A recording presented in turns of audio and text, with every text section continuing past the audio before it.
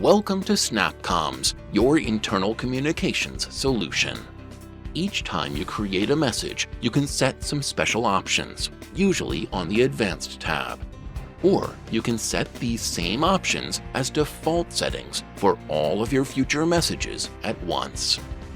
To get started, just log into the Content Manager, go to the Management section, and click on Defaults. At the top of the page, you'll find two drop-down menus. You can set default options that only apply to new messages in a particular folder, or of a particular type, or both. Or you can set defaults that will apply to new messages of all types across all of your folders. Make your choices and click Display Settings. If you chose a particular message type, you'll see only the relevant settings. If you chose all asset types, you'll see all of our default settings. Under General Settings, you can limit your messages to a particular file size, say 500 kilobytes. If another administrator tries to publish a message larger than that, they'll see an error message like this one. Or you can allow messages to be of any size. In the Localization section, you can choose your primary language and the direction in which it's read. For instance, left to right for English or right to left for Hebrew. This will determine, for instance, which way the desktop tickers will scroll. Under Recurrence options, you can decide how persistent your messages should be. If a ticker or pop-up hasn't been clicked, how many times should it come back, and how often? Once the user clicks on it, should it disappear from their message history window, or should it stay there in case they want to read it again?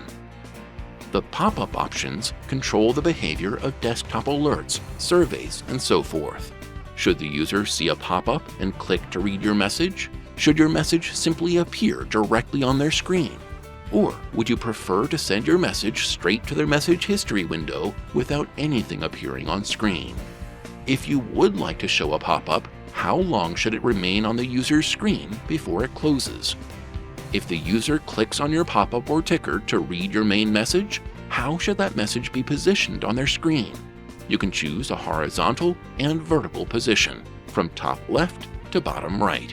And you can also decide whether your message window should appear on top of any other windows on their screen or not.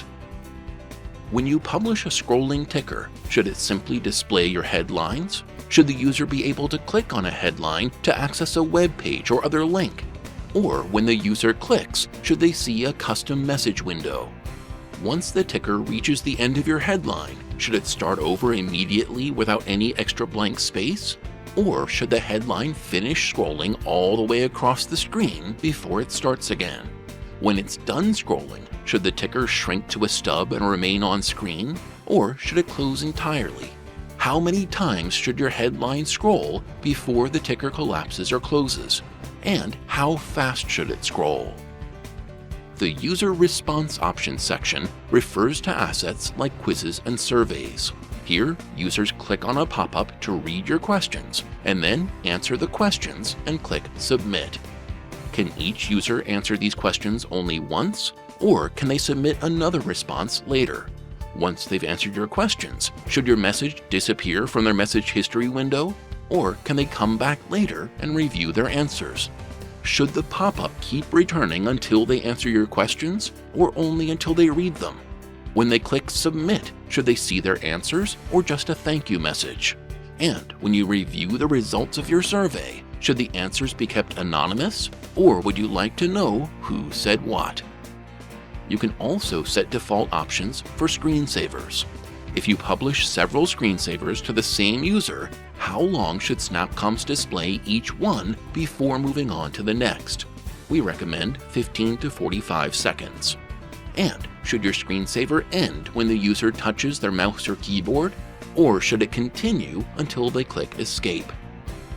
Finally, you can set a default option for your SnapMag newsletter. Each time a user or administrator writes a new article, they'll choose how long it should remain in the newsletter. What's the maximum length of time you'll allow? We recommend 14 days, so your newsletter content will always be up to date. Once you've chosen your default settings, be sure to save your changes. Choosing new defaults will not change any settings on messages you've already created. However, when you create a new message in the folder and of the type you chose on this page, these default options will be pre-selected for you. Of course, you can always change these settings for a particular message if you'd like it to behave differently than the default. Thanks for watching. To learn more, please search our knowledge base at support.snapcomms.com or just visit www.snapcomms.com.